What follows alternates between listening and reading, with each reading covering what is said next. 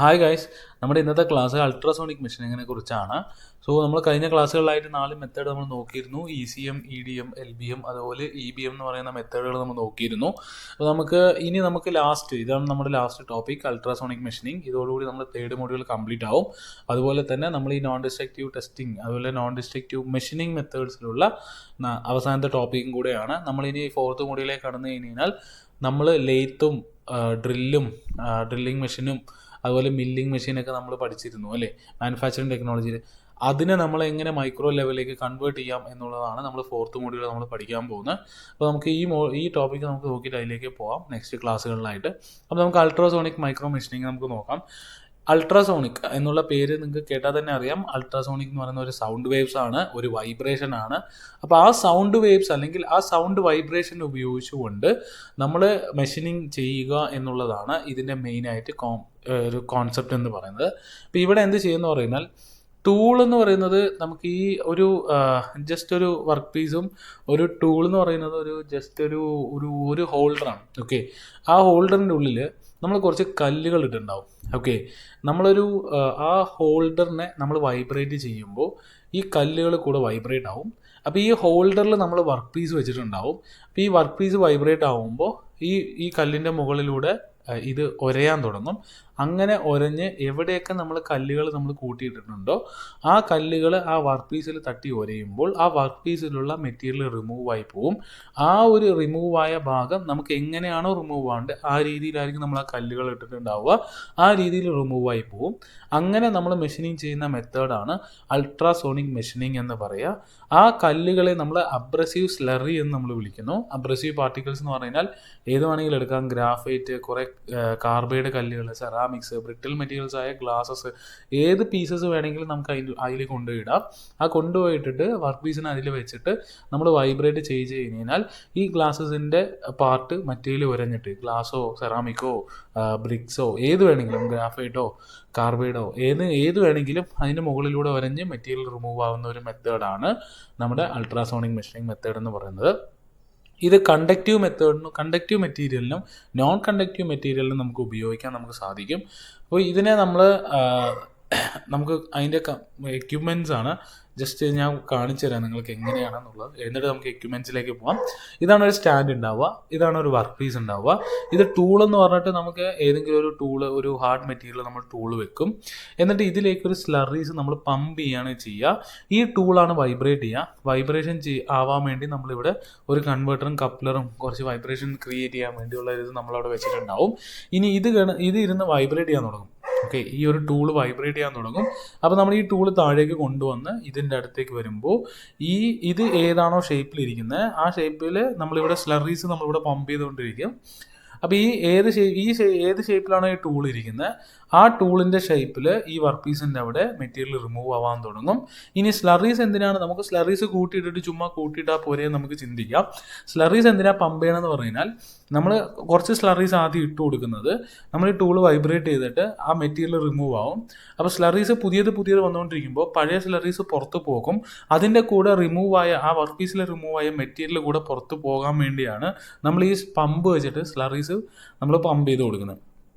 Okay, ഈ ഒരു ഇതാണ് നമുക്ക് നമ്മുടെ അൾട്രാസോണിക് മെഷീനിങ് എന്ന് പറയുക. ആ ഒരു കോൺസെപ്റ്റാണ് ഈ ഒരു ഫിഗറിൽ നിങ്ങൾക്ക് കാണാൻ പറ്റുക. ടൂൾ വൈബ്രേറ്റ് ആവും, ടൂളിൻ്റെ ഇടയിൽ നമ്മൾ സ്ലറീസ് കൊടുത്തിട്ടുണ്ടാവും. ഈ സ്ലറീസ് പാസ് ചെയ്ത് പോകുന്നതനുസരിച്ച് മെറ്റീരിയൽ റിമൂവ് ചെയ്ത് അതിൻ്റെ കൂടെ പോയിക്കൊണ്ടിരിക്കും.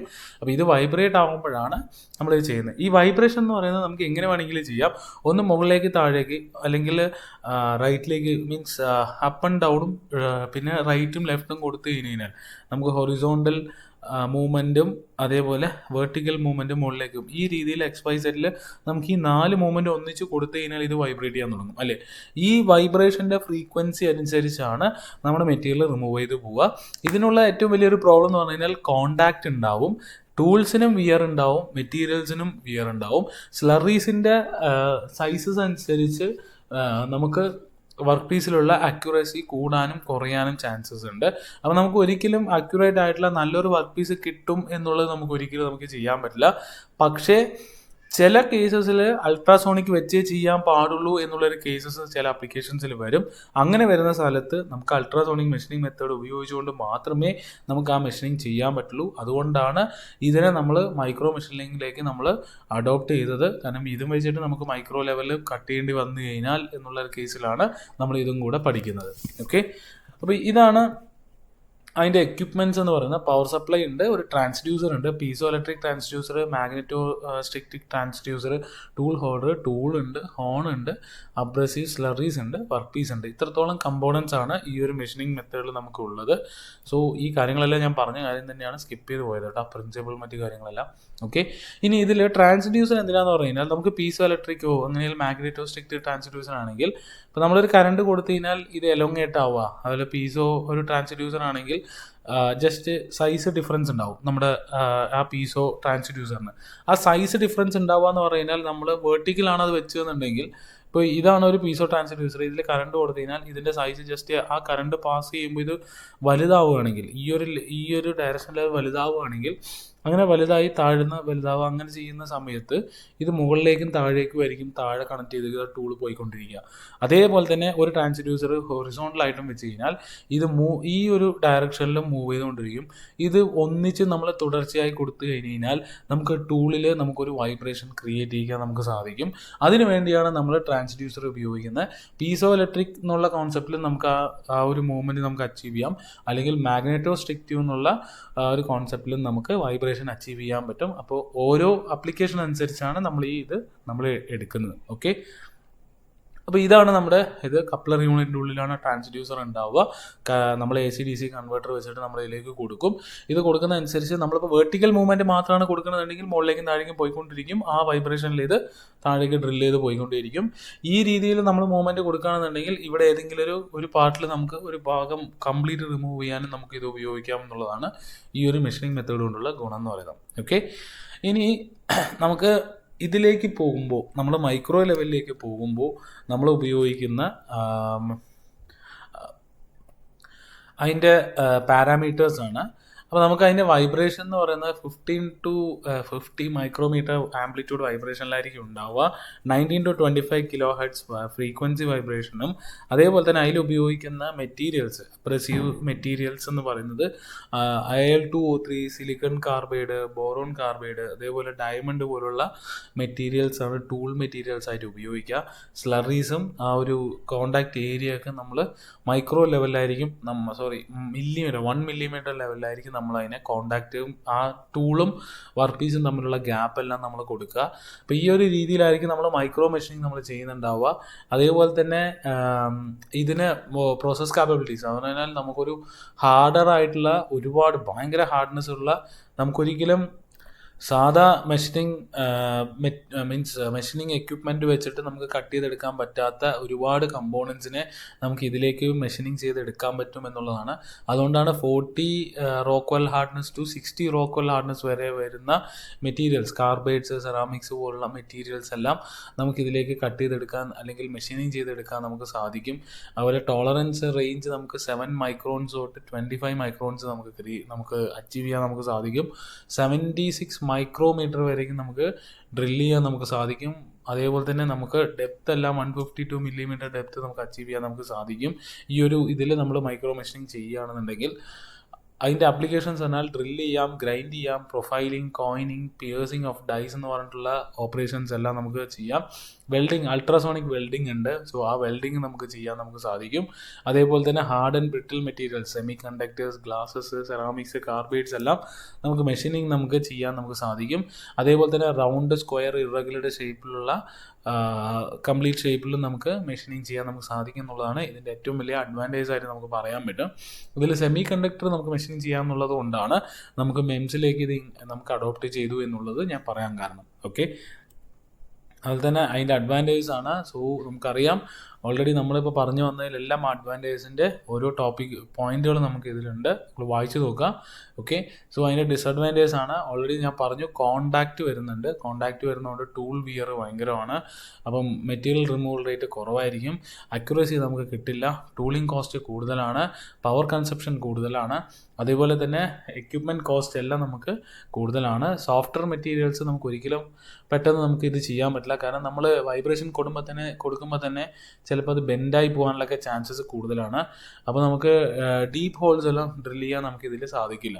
ഓക്കെ, പിന്നെ അതിൻ്റെ ആ ഒരു മൈക്രോ മെഷീനിങ്ങിൻ്റെ നമുക്ക് പവർ കൺസപ്ഷൻ അത് മറ്റെല്ലാം അച്ചീവ് ചെയ്യാൻ വേണ്ടി അതിൻ്റെ ആ ഒരു എക്സ്പെരിമെൻറ്റ് സെറ്റപ്പാണ്. നമുക്കൊരിക്കലും ഫൈനലായിട്ട് ഇതാണ് അൾട്രാസോണിക് മൈക്രോ മെഷീൻ്റെ സെറ്റപ്പ് അല്ലെങ്കിൽ ഒരു മെഷീൻ എന്ന് പറയാൻ നമുക്ക് ആയിട്ടില്ല. ഇപ്പോഴും സ്റ്റിൽ ഓൺ എക്സ്പെരിമെൻറ്റിലാണ്. സോ ആ ഒരു പേപ്പറിൽ നിന്ന് കിട്ടിയ ഒരു ഫിഗറാണ് ഞാനിതിൽ ഇട്ടിരിക്കുന്നത്, ജേണൽ പേപ്പറിൽ നിന്ന് കിട്ടുക. നിങ്ങളിതൊന്നും ജസ്റ്റ് പഠിക്കണ്ട, ഇവിടെ കാണുന്ന ഈ ഒരു എക്യുപ്മെൻറ്റ് വെച്ചിട്ട് നിങ്ങൾ എക്സ്പ്ലെയിൻ ചെയ്താൽ മതി. ഇതിൽ നമ്മൾ മൈക്രോ ലെവലിൽ ഈ ഒരു പാരാമീറ്റർ വെച്ചിട്ട് നമ്മൾ വർക്ക് ചെയ്യണു എന്നുള്ളത് മാത്രം നിങ്ങൾ പറഞ്ഞ് പോയാൽ മതി. ഇനി ഇതിൽ 2 രീതിയിൽ നമുക്ക് മെഷീനിങ് ചെയ്യാം. ആ ഒരു പ്രൊസീജിയേഴ്സാണ് പറയുന്നത്. ഒന്ന്, നമുക്ക് ടൂളിനെ വൈബ്രേറ്റ് ചെയ്യിച്ചുകൊണ്ട് സ്ലറീസ് ഇവിടെ ഇട്ടിട്ട് വർക്ക് പീസിൽ ഡ്രിൽ ചെയ്ത് കൊണ്ടുപോകാം. അല്ലെങ്കിൽ വർക്ക് പീസിനെ വൈബ്രേറ്റ് ചെയ്തിട്ട് ഇത് സ്റ്റേഷനറി ആയിട്ട് നിൽക്കും, ഇത് മുകളിലേക്ക് താഴേക്ക് പോയിക്കൊണ്ട് ഇവിടെ സ്ലറീസ് ഡെപ്പോസിറ്റ് ചെയ്തിട്ട് നമുക്ക് ഡ്രിൽ ചെയ്തെടുക്കാം. 2 രീതിയിൽ ഉപയോഗിക്കാം. നമ്മൾ ഏറ്റവും കൂടുതൽ ഉപയോഗിക്കുന്നത് പറഞ്ഞാൽ ടൂള് തന്നെയാണ്. നമ്മൾ വർക്ക് പീസ് നമുക്ക് ഇത് ചെയ്യാൻ പറ്റില്ല എന്നല്ല, നമുക്ക് ചെയ്യാം. പക്ഷേ അതിലുള്ള ഡിഫിക്കൽട്ടി എന്ന് പറഞ്ഞാൽ ടൂളാണെങ്കിൽ നമുക്കൊരു ചെറിയ പറഞ്ഞാൽ വലിപ്പം കുറവുള്ള കമ്പോണൻ്റാണ് ടൂൾ ഹോൾഡർ, ടൂളിൻ്റെ പോസ്റ്റ് എന്ന് പറയുന്നത്. അതിലൊരു വൈബ്രേറ്റർ വെച്ച് വൈബ്രേറ്റ് ചെയ്യിക്കാൻ നമുക്ക് വലിയതായിട്ടുള്ള അതിൻ്റെ ഉള്ളിലേക്ക് വരുന്ന കമ്പോണൻ്റെ സൈസ്, കമ്പോണൻറ്റിലേക്ക് കൊടുക്കുന്ന പവർ, മറ്റു കാര്യങ്ങൾ നമുക്ക് വലുതായിട്ടുള്ള വരില്ല. നമ്മൾ വർക്ക് പീസാണ് ചെയ്യണമെന്നുണ്ടെങ്കിൽ വർക്ക് പീസിൻ്റെ ഹോൾഡർ, അതിൻ്റെ താഴെയുള്ള ബേസ്, മറ്റു കാര്യങ്ങളിലാണ് അറേഞ്ച്മെൻറ്റ് നമ്മൾ ചെയ്യേണ്ടത്. അപ്പോൾ ആ കംപ്ലീറ്റ് അറേഞ്ച്മെൻറ്റ്സിനും വലിയ വൈബ്രേഷൻസ് കൊടുക്കുന്ന രീതിയിൽ നമ്മൾ ചെയ്യേണ്ടി വരും. അപ്പോൾ അതിനുള്ള പവർ കൊടുക്കേണ്ടി വരും. അപ്പോൾ അത്രത്തോളം വലിയ ടീഡിയസ് ആയിട്ടുള്ള വർക്കായിരിക്കും നമ്മൾ വർക്ക് പീസിനെ വൈബ്രേറ്റ് ചെയ്യിപ്പിച്ചാൽ. അപ്പോൾ അതുകൊണ്ട് എല്ലാവിടെയും നമ്മൾ ഒട്ടുമിക്ക സ്ഥലത്തും നമ്മൾ കാണുന്നത് ടൂള് വൈബ്രേറ്റ് ചെയ്തുകൊണ്ടുള്ള അൾട്രാസോണിക് മെഷീനിങ് മെത്തേഡ് തന്നെയാണ്. ഓക്കെ, അപ്പോൾ ഇതിൽ അൾട്രാസോണിക് ആ ടൂളിൻ്റെ ഇതിൽ ഡയമണ്ട് അബ്രസീവ്സ് വെച്ചിട്ടാണ് നമ്മൾ ഇവിടെ സ്ലറീസ് ഇട്ടിട്ട് നമ്മൾ ഡ്രിൽ ചെയ്യാറ് എന്നുള്ളത് ഒരു ഇതാണ്. മീൻസ് നമുക്ക് ഈ ഒരു സ്ലോട്ട് എഡിറ്റ് ചെയ്യാനാണ്. പറഞ്ഞാൽ ഇത് നിലനിർത്തിക്കൊണ്ട് ഇതിൻ്റെ ഉള്ളിൽ ഹോളാണ്. അപ്പോൾ നമുക്ക് ഒരു ട്യൂബ് വെച്ചിട്ട് ഈ ഭാഗം മാത്രം നമുക്ക് റിമൂവ് ചെയ്യാൻ ഉപയോഗിക്കുന്ന ഒരു ടൂളിൻ്റെ മെത്തേഡാണ്. ഒരു എക്സാമ്പിളാണ് ഇതിൽ കാണിച്ചിരിക്കുന്നത്. ഓക്കെ, അപ്പം അങ്ങനെ പല ടൂൾസും അതിൻ്റെ ഇതാണ്. സോ അപ്ലിക്കേഷൻസ് നമ്മൾ നേരത്തെ നോക്കിപ്പോയി. അപ്പോൾ ഇതിൽ നമ്മൾ ഡീറ്റെയിൽഡ് ആയിട്ടുള്ള ആപ്ലിക്കേഷനാണ്. ടൈറ്റാനിയം അലോയ്സ് മെഷീനിങ് ചെയ്യാൻ ജെറ്റ് എൻജിൻസിൽ എയർ ഫ്രെയിംസിൽ ഉപയോഗിക്കുന്ന മെറ്റീരിയലിനെ ചെയ്യാനും, സിലിക്കൺ കാർബൈഡ് കമ്പോണൻസ് നമുക്ക് എയറോസ്പേസിലും ന്യൂക്ലിയർ റിയാക്ടേഴ്സിലും ഉപയോഗിക്കുന്നതിന് മെഷീനിങ് ചെയ്യാനും, ഡെൻറ്റൽ സെറാമിക്സ് മെഷീനിങ് ചെയ്യാനും, ഗ്ലാസ്, ക്വാർട്സ്, റൂബീസ് പോലുള്ള കമ്പോണൻസിൻ്റെ മെഷീനിങ് ചെയ്യാനും നമ്മൾ ഈ അൾട്രാസോണിക് മെഷീനിങ് മെത്തേഡ് ഉപയോഗിക്കും. അതിൻ്റേതായിട്ടുള്ള പിന്നെയും നമുക്ക് ഡീറ്റെയിൽഡ് ആയിട്ടുള്ള ഓരോ അപ്ലിക്കേഷൻസാണ് ഇതിൽ ഇട്ടിരിക്കുന്നത്. ജസ്റ്റ് വായിച്ച് നോക്കുക. സോ എന്തെങ്കിലും ഡൗട്ട് ഉണ്ടെങ്കിൽ ചോദിക്കുക. Thank you.